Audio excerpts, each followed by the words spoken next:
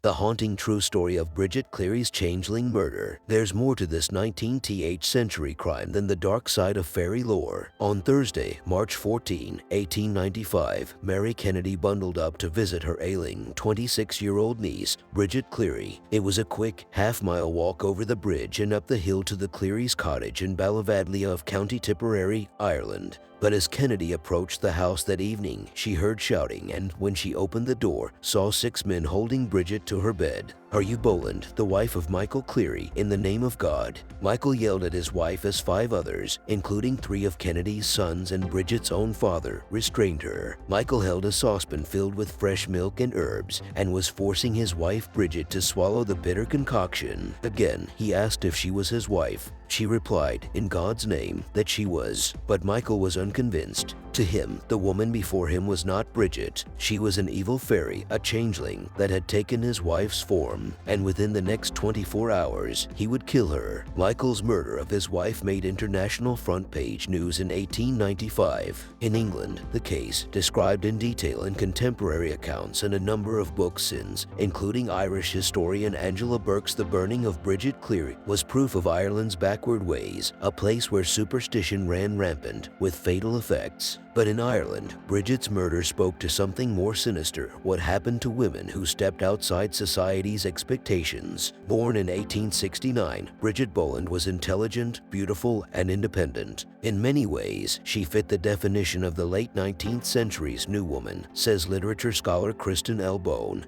who wrote about Cleary's murder in Women and the Abuse of Power. Bridget was a dressmaker and milliner, and also sold eggs, largely supporting herself. The Clearys stood out among their neighbors. Both Bridget and Michael were literate and relatively well off. While many lived in windowless, mud-walled houses with thatched roofs, the Clearys had a stone cottage with a pitched, slate roof and glass windows. Despite 8 years of marriage, the pair didn't have any children, yet another distinguishing factor. Definitely they were different, says Henry O'Connell, a psychiatrist who examined the case in the Irish Journal of Medical Science. They both had means, and she was relatively independent, so that was unusual. Many neighbors considered Michael and Bridget's marriage a happy one. The pair had met 15 miles away from Ballyvadlea in Clonmel. At the time, 18-year-old Bridget was a dressmaker's apprentice, an unusual vocation for a girl of her age and modest means. Michael, then 27, worked as a cooper, constructing barrels and other goods. In August 1887, the couple married in a small, stone Catholic church. They lived apart for much of that following year, Bridget in Ballyvadlea, perhaps caring for her ailing mother, and Michael in Clonmel. Even after Michael and Bridget moved in together, she often did things like making home deliveries on her own, says Bone. A lot of reports say that her husband didn't like that very much, but that didn't stop her from venturing out on March 4, 1895, to deliver some eggs to her father's cousin,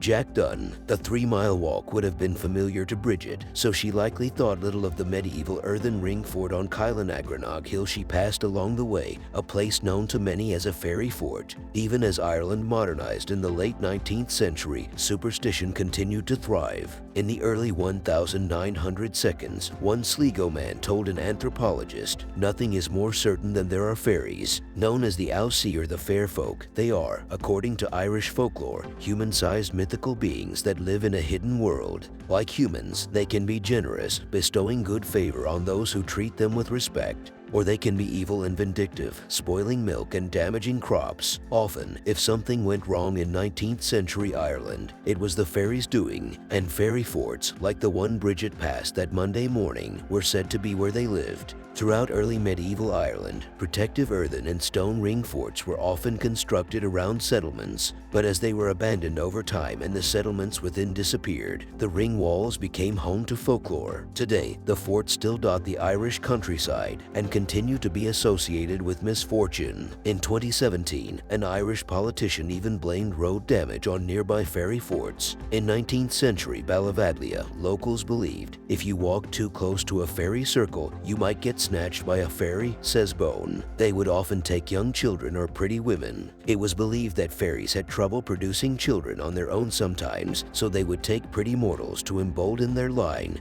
Bone adds, in their stead, fairies left behind a changeling, a fairy made to resemble the stolen person. Often, a changeling could be identified by their strange actions, falling sick, or looking slightly different from the human they had replaced. A lot of were more educated women. They were successful women. They were empowered women, says Bone. It could be women who didn't necessarily fall in line with their husbands. Bone sees similarities between women accused of being changelings and those accused of witchcraft. The changeling and the witch are just another branch of the same idea, she says. Both were a means of punishing women who stepped outside societal norms, women like Bridget Cleary. The changeling and the witch are just another branch. When Bridget returned from delivering eggs on Monday, March 4th, she couldn't seem to get warm. The next day passed with her shivering in bed, complaining of a raging pain in her head, according to Burke's account. Over the next few days, her condition worsened and Bridget's father walked 4 miles in the rain to fetch the doctor, but he couldn't come. Michael tried to fetch him twice more before the doctor finally arrived. 9 days after Bridget had fallen ill, he diagnosed her with nervous excitement and slight bronchitis and prescribed some medicine. Later that afternoon, a priest gave Bridget last rites,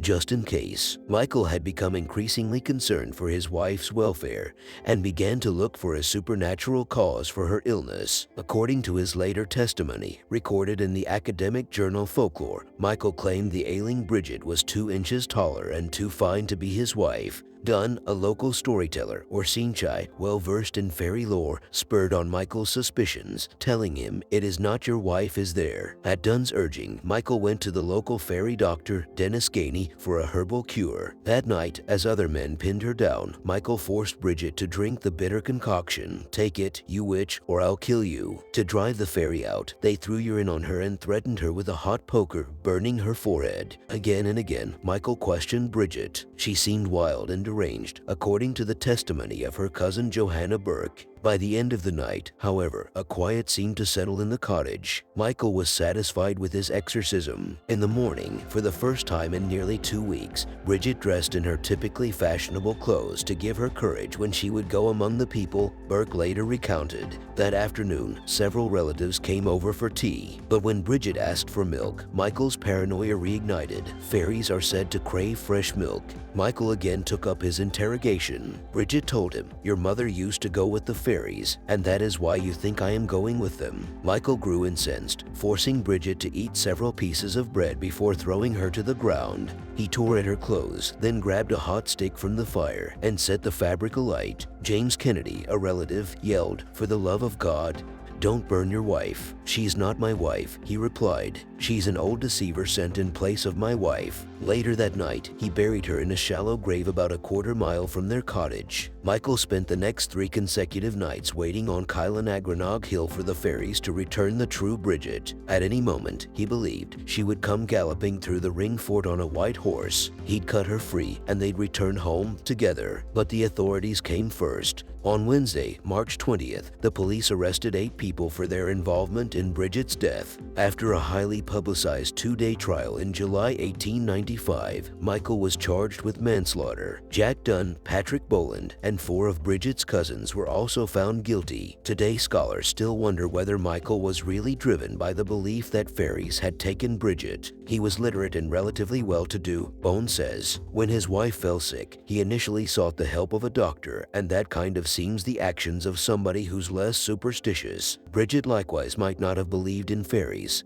says Irish studies scholar Ellen Shable of Bridgewater State University. Though their community certainly did, Michael and Bridget probably would not have even participated in that kind of fairy culture or fairy lore. You could imagine a lot of resentment and maybe concern about what their role is in this community, says Shable, given their status